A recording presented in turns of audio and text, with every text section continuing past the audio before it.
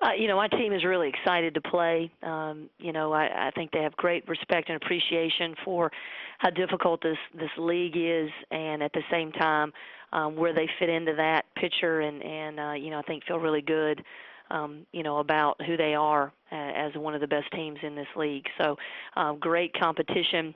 I think the right mindset, leadership that's really, really solid, and a lot of those intangibles that I think are absolutely crucial as you go into any conference tournament, but in particular ours with so many good teams, such great basketball that's been played over the past 2 months, and all the opportunity that lies ahead. First up is Kara Capuano of ESPN. Amanda, we were talking when we broadcast you guys back in January just about the Gators and kind of the expectations of the year with the truncated roster. As you look at the way that you guys competed in the SEC, how's your assessment of how they did compared to your expectations?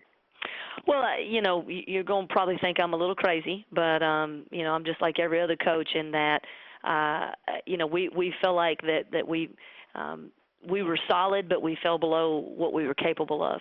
And, I think a lot of folks look at our team and look at maybe some of the things that we went through this year and think that we should be tickled to death with 8-8, but, that's just not the spirit of this team.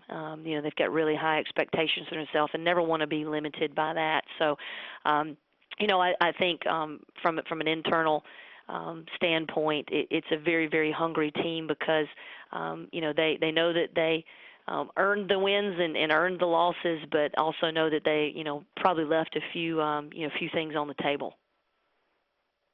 Your experience of having the SEC Women's Championship hosted in the Duluth area, what do you think about just that venue and what that's been like for Florida being able to participate there specifically?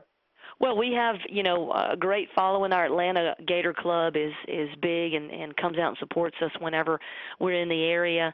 I think the central location is fantastic for, our families and, and also specifically for our fans that are traveling from down south. But, I think that it's going to be an amazing environment just because the basketball is going to be so good.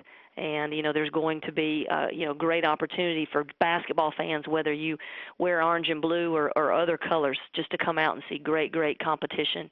And, so I think from all those factors combined, it's going to be a really fun tournament and a great spot for it.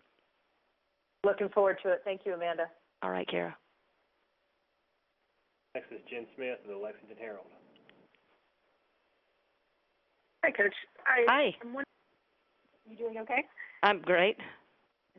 I know you probably don't want to look ahead to a quarterfinal, third-time rematch with Kentucky, but I'm wondering, kind of how you would view something like that, and then what sort of makes you guys match up so well with Kentucky this season? You're exactly right. It's not anything that's on our radar right now, other than just knowing what the bracket looks like.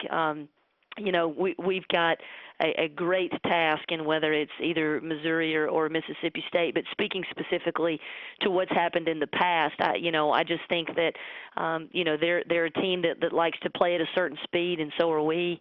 And we've played well and had individuals that have really stepped up and done their jobs exceptionally well on the 2 times that we've had an opportunity to play Kentucky this year. I think Matthew does a fantastic job. I think that they're one of the most talented teams in the league, and you don't come by one of those top 4 seeds easily.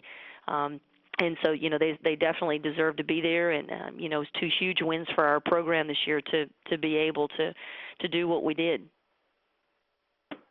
Thanks, Coach. Next is Justin Hubbard of the Red and Black newspaper.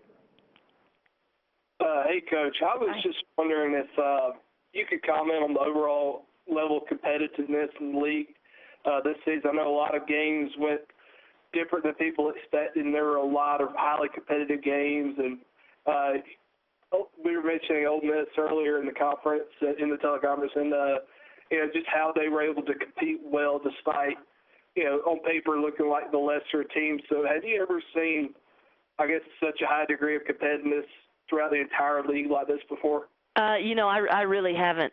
Just to be honest with you, I really, really haven't.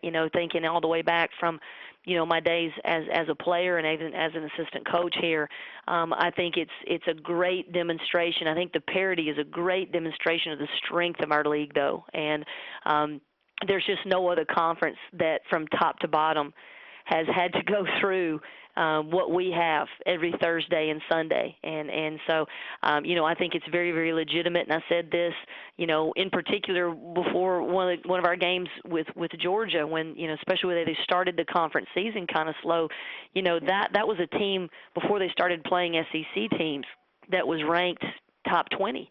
Right. And on down the line. I mean, think about all of the teams in our league that came into conference play. Arkansas was number 25. Vanderbilt was in there somewhere. LSU really, really highly ranked. And so I think it's a great credit to the strength of our league, that we've had so much parity, so many close ball games, so many games that from the outside appeared to be upsets when, from the inside, I think all of us coaches and players realize, it was just quality competition night in and night out. And, I think that somehow has gotten lost, as people have won and lost ball games was, look at the way the league was performing, when we were playing people other than ourselves. We had a lot of folks that, came into conference play, 1 loss, no losses, 2-3 losses. And, I think it's just a great demonstration. I think it is a very, very unique year to have so many strong teams in the bottom half, but it's legitimate.